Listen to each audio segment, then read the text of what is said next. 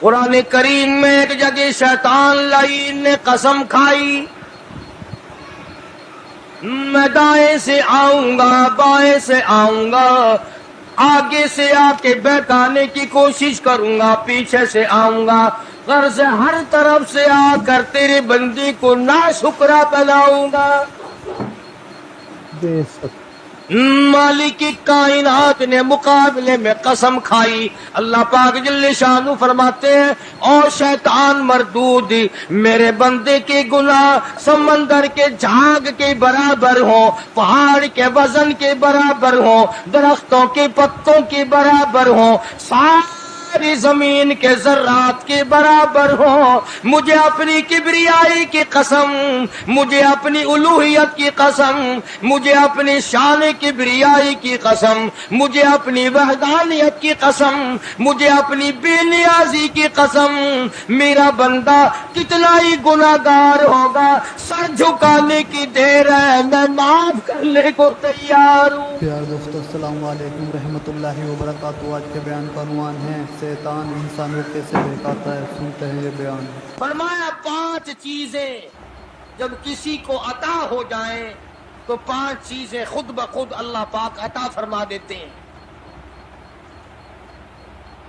5 چیزیں جب کسی کو مل جائیں اللہ پاک جل شانہ رحیم کریم ذات 5 چیزیں خود بخود عطا فرماتے ہیں۔ توجہ کریں، فرمایا جب میرا بندہ شکر کرتا ہے، میرا بندہ شکر کرتا ہے، میرے انعام کا شکر کرتا ہے، قدر کرتا ہے، فرمایا میں اس نعمت میں اضافہ کرتا چلا جاتا ہوں۔ فرمایا لئن شکرتم لأزیدنکم، اور میرے بندو اگر شکر ادا کرو گے، میرے انعام کی قدر کرو گے، آنکھ کا شکریہ ادا کیا کر، قرآن دیکھا کر، کان کا شکریہ ادا کیا کر، قرآن کریم سنا کر، زبان کا شکریہ ادا کیا کر، قرآن کریم کی تلاوت کیا کر، درود پاک نبی کریم صلی اللہ علیہ وسلم کی ذات پہ پڑھا کر، پاؤں کا شکرانہ ادا کیا کر، مسجد کی طرف چل کے جایا کر، ہاتھوں کا شکرانہ ادا کیا کر، اس سے قرآن کریم کی ورق گردانی کیا کر، اس سے قرآن کریم کی اور آنکھ کو کھولا کر۔ جب یہ چیزیں عطا ہو جائیں، فرمایا پہلی چیز یہ ہے جب بندے کو شکر مل جاتا ہے، اور جب شکر کرتا ہے میرے انعام کی قدر کرتا ہے، میں اس میں اور اضافہ کر دیتا ہوں۔ اب بندے کی عادت یہ ہے کہ اللہ پاک نے اگر اس کو 100 روپے عطا فرمائے، بندے کی یہ عادت ہے کہ اللہ پاک نے اگر اس کو 100 روپے عطا فرمائے، اب وہ 2.5 دیتا ہوا رو رہا ہے کہ اے اللہ مجھے یہ 97.5 کیوں دیے، مجھے نہ دیتا تو اچھا تھا، یہ ناشکری ہوئی۔ فرمایا لئن شکرتم لأزیدنکم، اگر تم میرا شکر ادا کرو گے میں انعام میں زیادتی کروں گا، وَلَئِن کَفَرْتُمْ، اگر تم ناشکری کرو گے، إِنَّ عَذَابِي لَشَدِیدٌ، اگر ناشکری کرو گے نعمت بھی چھین لوں گا، عذاب میں بھی مبتلا کروں گا۔ ایمان کتنی بڑی نعمت ہے، اسلام کتنی بڑی نعمت ہے، قرآن کتنی بڑی نعمت ہے، اور لوگوں مالک کائنات کی قسم ہے، 2 جہان کے تخت و تاج، 2 جہان کی بادشاہت، ساری دنیا کے یاقوت ہیرے جواہرات، ساری دنیا کے سونے چاندی ایک طرف، مالک کائنات کے قرآن کریم کی ایک آیت ایک طرف،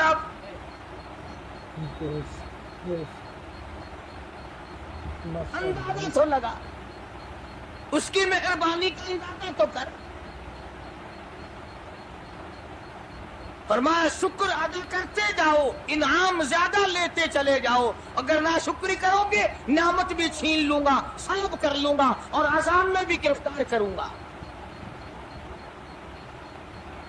دوسری فرمایا اگر صبر کرو گے تو میں تمہارے اجر کو بڑھا دوں گا۔ فرمایا انما یوفی الصابرون اجرهم بغیر حساب، صبر کرنے والوں کا حساب و کتاب نہیں۔ اللہ غنی، علماء کرام نے لکھا ہے میدان محشر برپا ہوگا، قیامت برپا ہوگا، نفسی نفسی کا عالم ہوگا، بڑے بڑے انبیاء نفسی نفسی پکار اٹھیں گے، ایک منادی ندا کرے گا، ایک پکارنے والا پکارے گا، آواز آئے گی اہل فضل لوگ آؤ اور جنت میں چلے جاؤ۔ ایک طبقہ اٹھے گا، ایک جماعت اٹھے گی، جنت کا رخ کرے گی، فرشتے پوچھیں گے کدھر چلے ہو؟ وہ کہیں گے جنت میں۔ فرشتے کہیں گے حساب و کتاب سے پہلے؟ وہ کہیں گے ہاں حساب و کتاب سے پہلے اللہ نے ہمیں عطا فرما دی۔ اعلان ہوگا صبر والے لوگ کہاں ہیں؟ ایک جماعت اٹھے گی اور جنت کی طرف چلے گی، فرشتے پوچھیں گے تم کہاں چلے ہو؟ وہ کہیں گے ہم جنت کی طرف چلے ہیں، کیا ابھی تو حساب و کتاب بھی نہیں ہوا؟ وہ لوگ کہیں گے مالک کائنات نے ہم پر اتنا بڑا کرم فرمایا، فرمایا جاؤ تم نے میرے نام کی وجہ سے جو مصیبت اٹھائی تم نے ان کا حساب نہ کیا، آج تمہارا حساب میں نہیں کرتا۔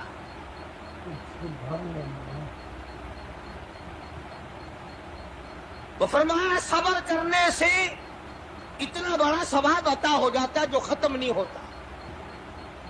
تیسری چیز اگر عطا ہو جائے اللہ پاک اس کے ساتھ والی چیز خود بخود عطا فرما دیتے ہیں۔ اگر استغفار کی توفیق ہو جائے تو بخشش لازمی ہو جاتی ہے۔ فرمایا فَقُلْتُ اسْتَغْفِرُوا رَبَّكُمْ إِنَّهُ كَانَ غَفَّارًا، پکارا اس اپنے پروردگار کو، وَاسْتَغْفِرُ اللَّهَ إِنَّ اللَّهَ غَفُورٌ رَحِيمٌ۔ فرمایا میں خدا معافی دینے والا ہوں، چولی پھیلا طلب کر، مانگ تو صحیح، میں تجھے اتنا دوں گا ختم کبھی نہیں ہوگا۔ تو استغفار کی جب توفیق ہو جائے تو مغفرت عطا ہو جاتی ہے۔ اور چوتھی چیز جب توبہ کی توفیق ہو جائے تو قبولیت بھی ساتھ ساتھ آ جاتی ہے۔ فرمایا وَهُوَ الَّذِي يَقْبَلُ التَّوْبَةَ وَيَعْفُو عَنِ السَّيِّئَاتِ، وَهُوَ الَّذِي يَقْبَلُ التَّوْبَةَ عَنْ عِبَادِهِ، میں اپنے بندوں سے برائیوں کو مٹا دیتا ہوں جب ان کو توبہ کی توفیق دیتا ہوں، ان کے گناہوں کو بدل کرنے کیا بنا دیتا ہوں۔ اور پانچویں چیز فرمائی میں اپنے بندے کو دعا کی توفیق پھر دیتا ہوں، پہلے قبولیت کا ارادہ کر کے بیٹھ جاتا ہوں، دعا کی توفیق پھر ملتی ہے، پہلے قبولیت کا پروگرام پہلے بن جاتا ہے۔ تو اللہ پاک کی کتنی بڑی کریمی ہوئی کہ رمضان المبارک کا مہینہ آیا، امام الانبیاء محبوب کبریا حضرت محمد مصطفیٰ صلی اللہ تعالی علیہ وسلم کی ذات اقدس گہری گہری سوچ میں ہیں، ٹھنڈے ٹھنڈے سانس لیتے ہیں۔ رنج کا سبب کیا ہے؟ پریشانی کی وجہ کیا ہے؟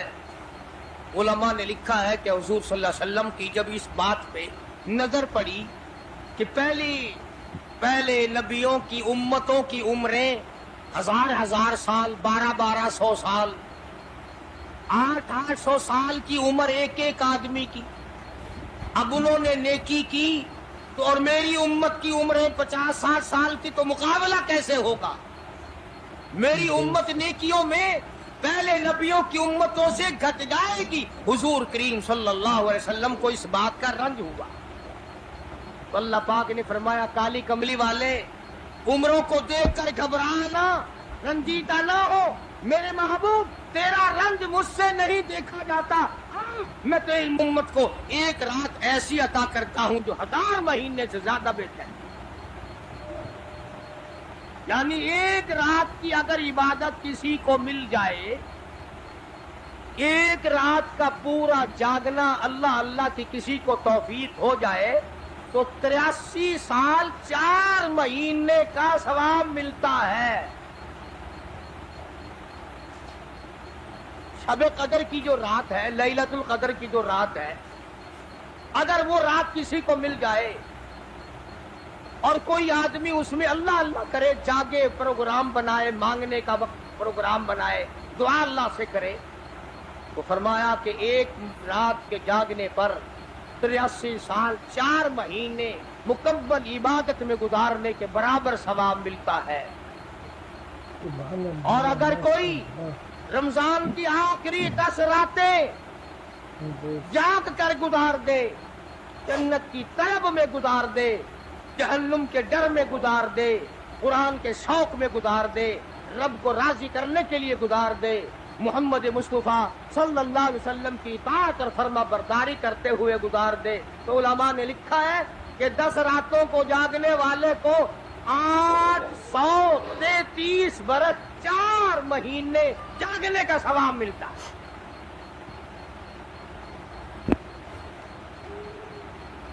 مگر دوستو یہ ساری باتیں یقین کی ہیں۔ اب تم یہ سمجھ رہے ہوں گے کہ بغیر دیکھے جہان کی بغیر دیکھے ہوئے جہان کی کہانیاں کہہ رہا ہے، نہ جنت دیکھی، نہ دوزخ دیکھا، نہ موت کا ذائقہ چکھا، نہ قبر کا اندھیرا دیکھا۔ اور لوگوں، امام الانبیاء محبوب کبریا حضرت محمد مصطفیٰ صلی اللہ تعالی علیہ وسلم کی زبان پہ یقین کر، نبی کی بات پہ یقین کر، نبی کے فرمان پہ یقین کر، اللہ کے قرآن پہ یقین کر، اللہ کے کلام پہ یقین کر۔ خدا کی قسم تیری آنکھوں کی دیکھی بات غلط ہو سکتی ہے، کالی کملی والے کا فرمان غلط نہیں ہو سکتا۔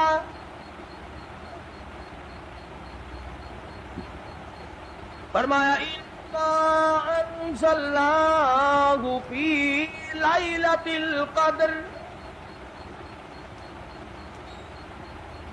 یہ وہ رات ہے برکتوں والی، رحمتوں والی، خیر والی، سعادت مندی اور خوش بختیوں والی رات ہے۔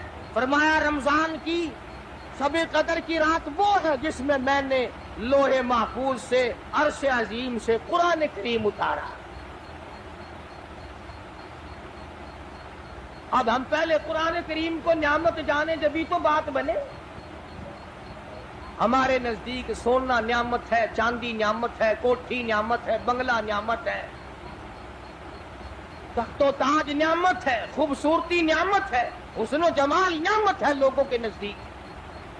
مگر مسلمانوں، خدا کی قسم، جو چیز ہم نے بندوں سے روزانہ چھوٹتی دیکھی وہ تو نعمت بن گئی، اور جو نہ قبر میں چھوٹے نہ حشر میں چھوٹے وہ خدا کا قرآن ہے، وہ نعمت نہیں اور انعام نہیں، تو کتنا بڑا انعام ہوگا۔ حدیث پاک میں آتا ہے کہ قیامت کے دن ایک آدمی پھنس جائے گا اور اتنی بری طرح پھنسے گا کہ پریشان ہو کر رہ جائے گا، یقین ہو جائے گا کہ میں جہنمی ہوں۔ ایک بڑا خوبصورت آدمی آئے گا اور آ کے کہے گا آپ نے مجھے پہچانا؟ وہ بندہ کہے گا نہیں۔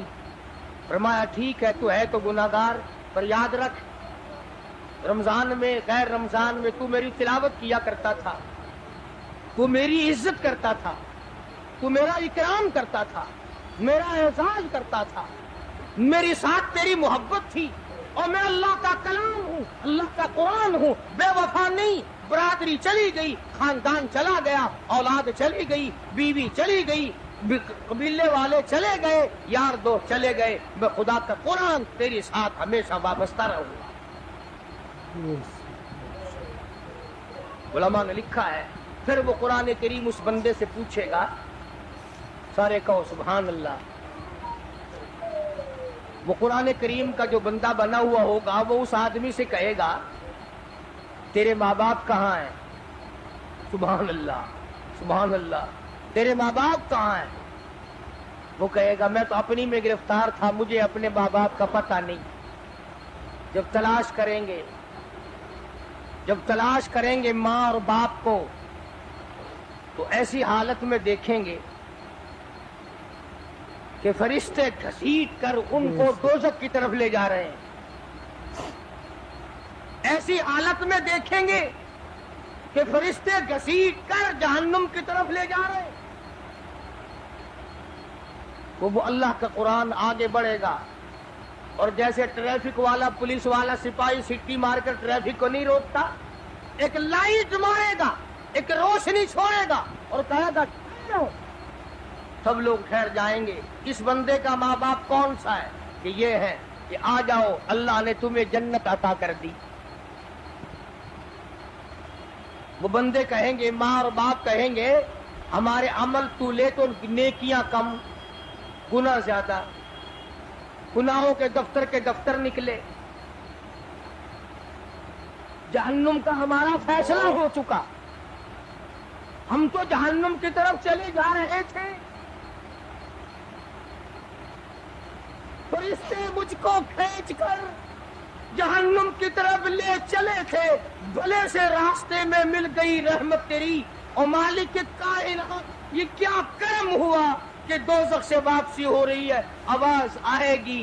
قرآن کریم کی برکت ہے، تیری اولاد نے قرآن پڑھا، اس قرآن کی برکت سے میں خدا نے تم دونوں کو معاف کر دیا۔ وہ فرمایا اِنَّا أَنزَلْنَاهُ فِي لَيْلَةِ الْقَدْرِ وَمَا أَدْرَاكَ مَا لَيْلَةُ الْقَدْرِ۔ یہ شب قدر وہ رات ہے، لیلۃ القدر وہ رات ہے۔ علماء کا اس میں اختلاف ہے کہ وہ رات ہے کون سی۔ نبی کریم سب کہہ دو صلی اللہ علیہ وسلم تشریف فرما ہے۔ ایک صحابی نے پوچھا یا رسول اللہ صلی اللہ علیہ وسلم شب قدر کیا چیز ہے؟ فرمایا ایک رات ہے۔ پھر اسی صحابی نے پوچھا وہ کس مہینے میں ہے؟ فرمایا رمضان کے مہینے میں ہے۔ پھر اس صحابی نے پوچھا کون سی رات ہے؟ فرمایا آخری عشرے کی تاک رات ہے، اور غصے ہو کر کے فرمایا اب نہ پوچھیو۔ تو اس حساب سے 21ویں، 23ویں، 25ویں، 27ویں، 29ویں رات تھی، مگر نبی کریم صلی اللہ علیہ وسلم کا جو اعتکاف تھا وہ بالاجماع اور بالاتفاق 20ویں رات سے شروع ہوتا ہے۔ تو سارا ہی عشرہ شب قدر کا ہوا، ہر رات کو حاصل کرنے کی، جاگنے کی کوشش کی جائے۔ فرمایا وہ شب قدر ہے کیا چیز؟ ابادی لیلۃ القدر خیر من الف شہر، وہ لیلۃ القدر والی رات جس میں جنت کو تیار کیا گیا، جنت میں درخت لگائے گئے، جنت میں پھول لگائے گئے، جنت کو سجایا گیا، جنت کی نہروں کو کھولا گیا، تنزل الملائکۃ والروح،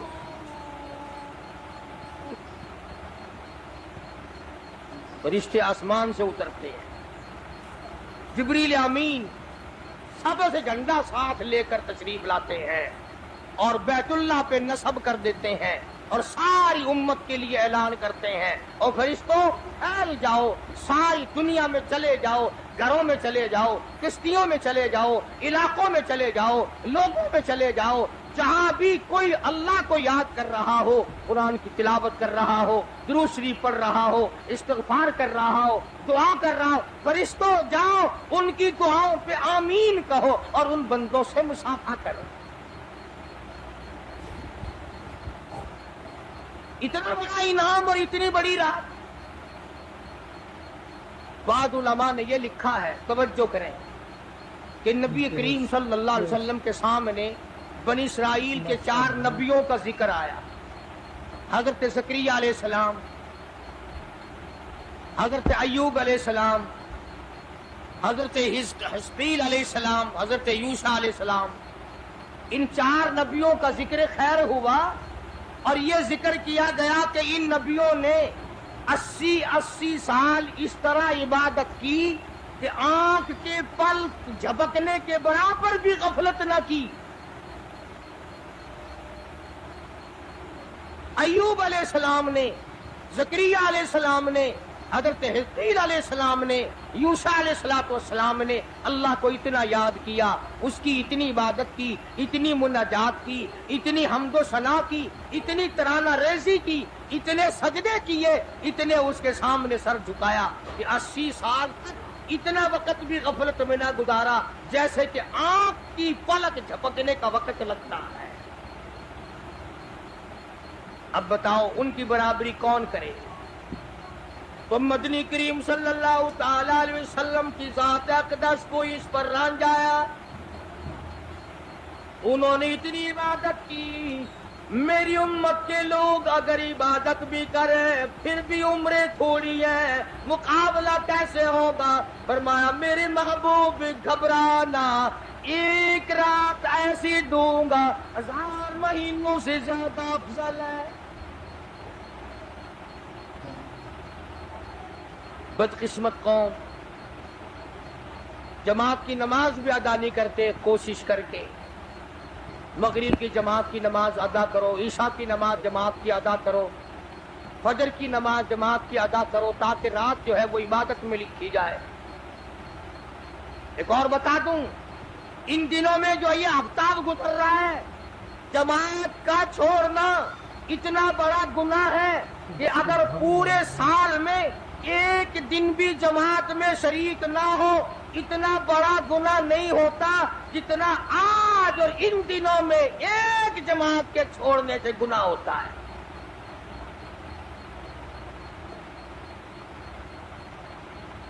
اور رحمت دو عالم صلی اللہ علیہ وسلم نے فرمایا کہ اس رات میں اللہ پاک اکثر اور بیشتر لوگوں کی مغفرت فرما دیتے ہیں، مگر 3 قسم کے 4 قسم کے آدمیوں کی نجات اب بھی نہیں ہوتی.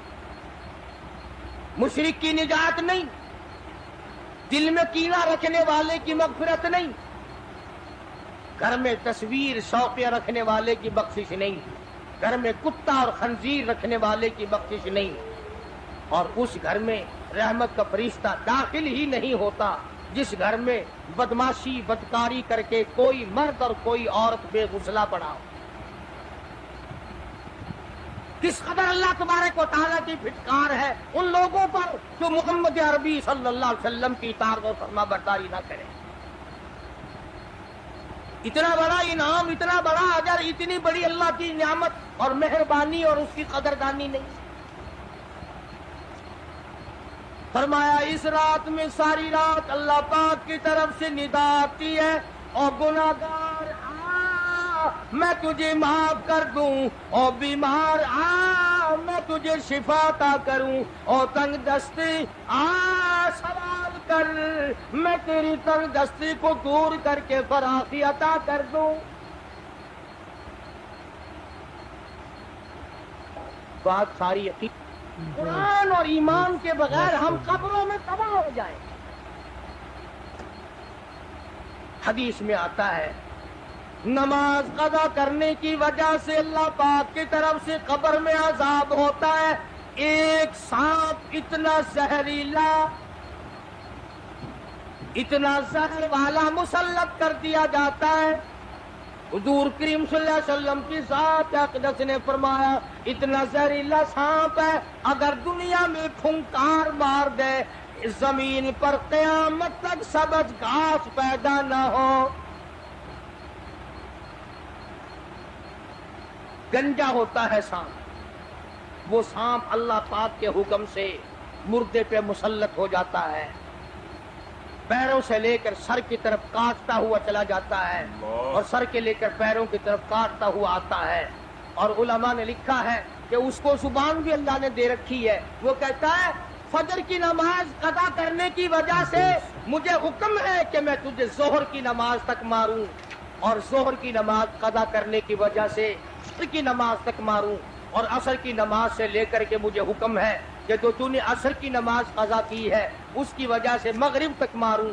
اور جب مغرب کی نماز تو نے قضا کی ہے اس کی وجہ سے عشاء تک ماروں، اور عشاء کی جو قضا کی ہے عشاء سے لے کر فجر تک ماروں، میں تجھے مارتا ہی رہوں گا۔ تو عورتوں کو، مردوں کو نماز کی نہایت پابندی کرنی چاہیے، اور شب قدر کی قدر کرو۔ حضرت عباس رضی اللہ تعالی عنہ کو مدنی کریم صلی اللہ علیہ وسلم نے فرمایا کہ اے عباس، میں تجھے ایک نماز ایسی بتاتا ہوں، یا ہر روز پڑھ لیا کر، یا تیسرے دن پڑھ لیا کر، یا ہفتے میں ایک دن پڑھ لیا کر، یا مہینے میں ایک دفعہ پڑھ لیا کر، یا سال میں ایک دفعہ پڑھ لیا کر، یا عمر میں ایک دفعہ پڑھ لیا کر، اللہ پاک تیرے سارے گناہ معاف کر دے۔ وہ ہے صلاۃ التسبیح کے نام سے نماز، صلاۃ التسبیح، سبحان اللہ والحمد للہ ولا الہ الا اللہ واللہ اکبر ولا حول ولا قوت الا باللہ العلی العظیم، اس طرح سے پڑھی جاتی ہے شمار کر کر کے۔ لوگ جانتے ہیں، عورتیں بھی جانتی ہیں، جس کو پتہ نہ ہو بعد میں مجھ سے پوچھ لینا۔ ہاں تمہیں یہ تو سب کو پتا ہے نا کہ اگر 10 کا نوٹ توڑاؤ تو ایک کے کتنے روپے آنے چاہیے، یہ سب کو معلوم ہے کہ 100 کا نوٹ اگر توڑائیں تو 10 کے کتنے آنے چاہیے، یہ سب کو پتا ہے کہ 5 کے نوٹ کے ایک کے کتنے آنے چاہیے، اور یہ کسی کو پتا نہیں کہ جب دم نکل رہا ہو تو منہ سے کیا کہنا چاہیے۔ یہ سب کہ کوٹھی، بنگلے، ایئر کنڈیشن، محلات ہونے چاہیے، اور یہ کسی کو پتا نہیں کہ قبر کی وحشت اور اندھیری کوٹڑی میں روشنی کا انتظام بھی ہونا چاہیے۔ تو مالک کائنات نے اسی لیے یہ وقت عطا فرمایا، اور یہ نعمت مرحمت فرمائی رمضان المبارک کی اور شب قدر کی، کہ ساری رات میں سارا دن میں کمائی کرو، اللہ اللہ کرو، استغفار کرو۔ فرمایا آسمان سے فرشتے اترتے ہیں اور ہر گھر میں پھیل جاتے ہیں، کتنی بڑی بات ہے۔ جبریل کہتا ہے جاؤ اللہ اللہ کرنے والوں سے مصافحہ کر کے آؤ۔ فرشتے مصافحہ کرتے ہیں، اور جب رمضان المبارک کی آخری رات آتی ہے اس کو لیلۃ الجائزہ کے نام سے کہا جاتا ہے۔ ساری مخلوق کے اللہ پاک مغفرت فرما دیتے ہیں، ساری امت کی بخشش اور نجات کا ذریعہ بنا دیتے ہیں۔ تو فرمایا تنزل الملائکۃ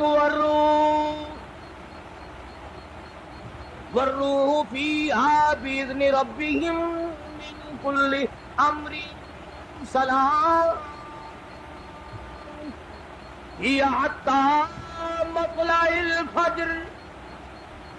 ساری رات سلامتی والی ہے، ساری رات نعمتوں والی ہے، رحمتوں بھری رات ہے، کرم بھری رات ہے، بھاگا والی رات ہے، رحمتوں والی رات ہے، اس لیے سلام۔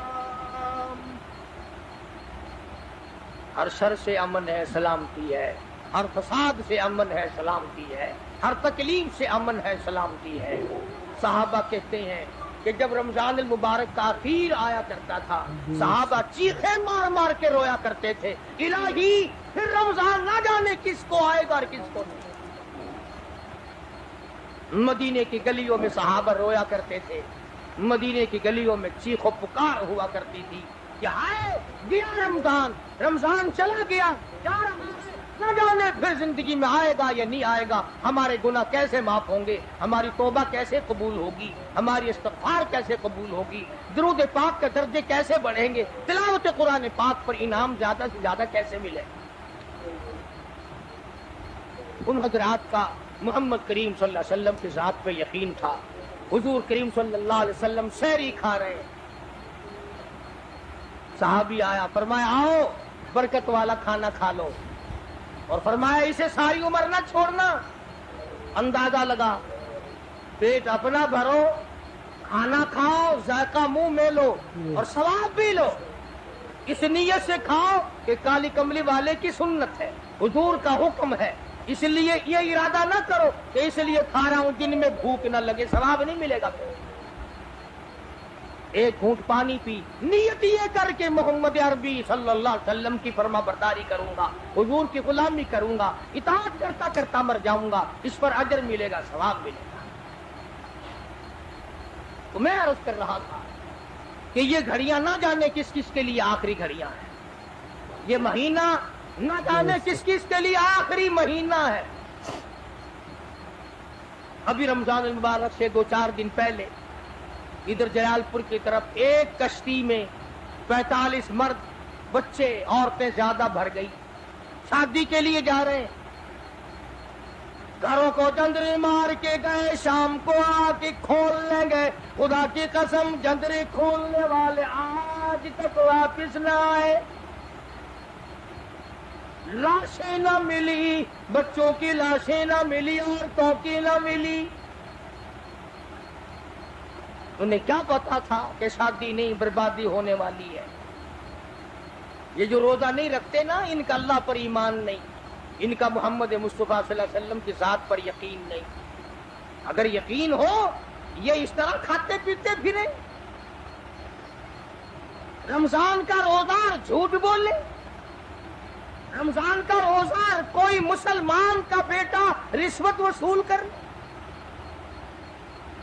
ہرگز ایسا نہیں ہو سکتا۔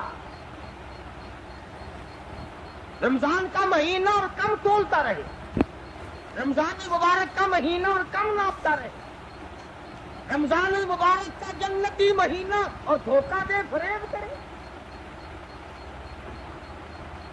یہ تو جنتی مہینہ ہے، جنت مناؤ، دوزخ اللہ پاک نے بند کر دی، اپنے اوپر جہنم کو حرام کرنے کی کوشش کرو۔ ارے بند ہو گئی تو اسے بند ہی رہنے دو۔ پھر لوگ کہتے ہیں کہ جی دیہڑیاں نہیں لگتی، پھر بچوں کو کہاں سے کھلائیں؟ اس کا مطلب تو یہ ہوا کہ بچوں کا خدا تو ہوا نا، بچوں کو پالنے والا تو ہے، ان بچوں کا پیٹ بھرنے والا تو کب سے بن گیا؟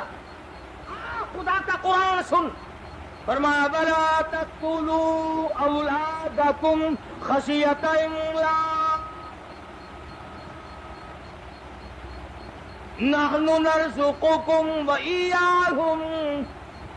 اپنی اولاد کو قتل نہ کیا کرو، اپنی اولاد کو دیکھ کر تنگ نہ ہوا کرو، ان کا کپڑا کہاں سے لاؤں، ان کے لیے روٹی کہاں سے لاؤں، ان کا خرچہ پورا کیسے کروں؟ اللہ پاک فرماتے ہیں مجھے اپنی کبریائی کی قسم، ان کو تجھے بھی روزی ان معصوم بچوں کے صدقے میں مل رہی ہے۔ نحن نرزقکم وإیاہم۔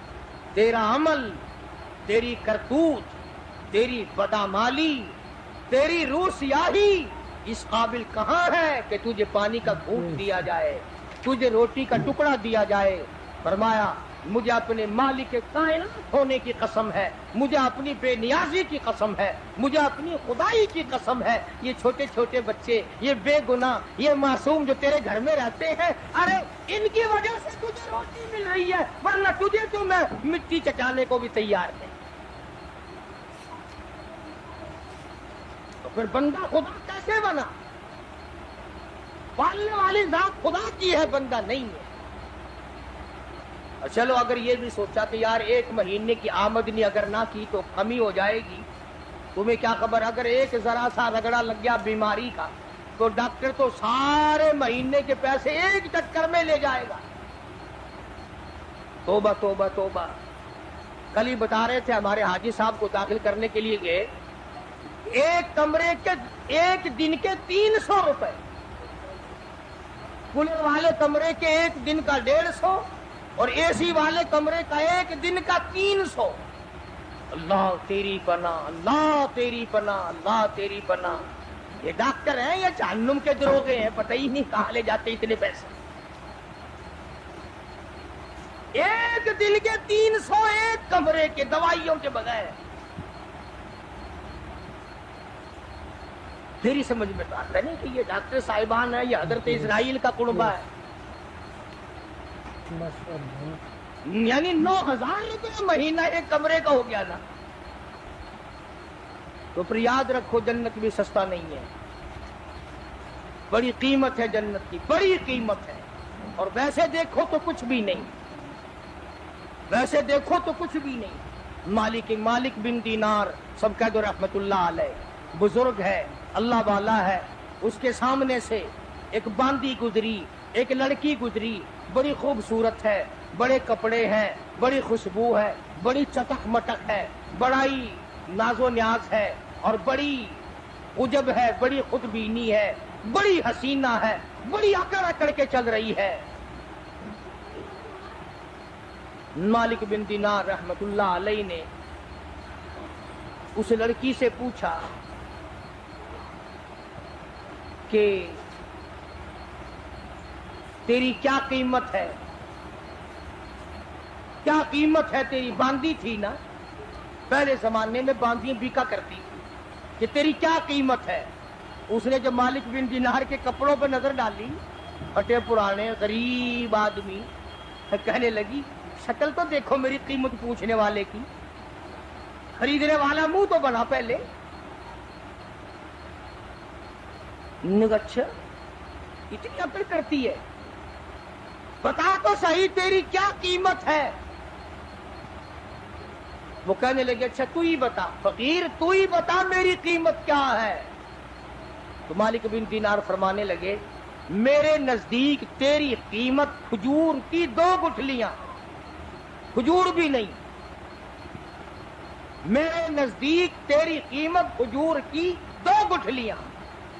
وہ بڑی ہنسی، انہوں نے کہا واہ واہ خوب قیمت لگائی میری، ذرا آؤ تو صحیح میرے مالک سے میری قیمت پوچھنا، جس کی وہ باندھی تھی۔ اس نے سوچا چلو میرا مالک 2 گھڑی ہنسے گا، دل لگی ہوگی، مذاق ہوگا۔ مالک بن دینار کو فقیر سمجھ کے ساتھ لے گئی اور وہاں جا کے کہنے لگی اپنے مالک سے کہ ذرا اس سے میری قیمت پوچھنا۔ نے کہا بھئی فقیر کیا قیمت ہے اس باندی کی؟ انہوں نے کہا جی کھجور کی 2 گٹھلیاں۔ انہوں نے کہا اتنی کم قیمت کیوں؟ مالک بن دینار فرمانے لگے اس میں عیب بہت زیادہ ہے، خامیاں ہیں، نقص بڑے ہیں، پسینہ آ جائے تو بدبو آنے لگی، منجل مساج نہ ملے تو دانت میلے ہو جائے، سرما نہ ڈالے تو آنکھیں اچھی نہ لگے، سر میں تیل نہ لگائے تو ڈائن نظر آئے، کپڑے صاف نہ ہو تو چڑیل نظر آئے، پیشاب رک جائے بیمار نظر آئے، پخانہ رک جائے بیمار نظر آئے، ہوا رک جائے بیمار نظر آئے، کھانے کو نہ ملے تڑپ تڑپ کے مر جائے، پانی نہ ملے ترس ترس کے مر جائے۔ جس لڑکی میں اتنے عیب ہو، کھجور کی 2 گٹھلیوں سے زیادہ اس کی کوئی قیمت نہیں۔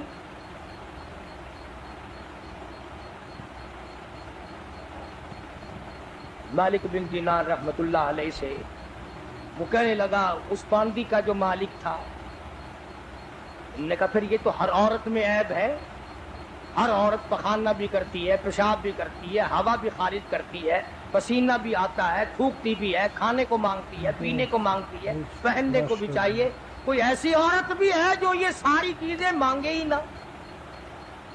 مالک بن دینار رحمت اللہ علیہ فرمانے لگے ہاں میرے پاس ہے، نہ تجھ سے کپڑا مانگے، نہ کھانے کو مانگے، نہ پینے کو مانگے، نہ مساگ مانگے، نہ سرما مسی مانگے، نہ میک اپ کا سامان مانگے، نہ کپڑا مانگے، کوئی شاید اس سے نہ مانگے، نہ نیند آئے، نہ بیمار پڑے، نہ ڈاکٹر لانا پڑے، نہ حکیم لانا پڑے، کوئی بلانا بھی نہ پڑے۔ مالک بن دینار کہتے ہیں میرے پاس ایسی عورت ہے، نہ تیری موت آئے نہ اس کی موت آئے، نہ جدائی کبھی بھی ہو۔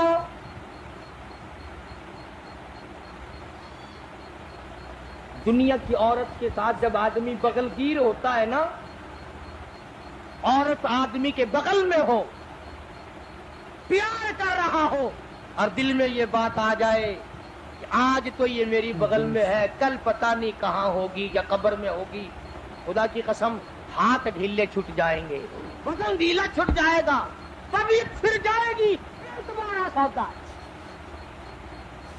تو اس باندی کے مالک نے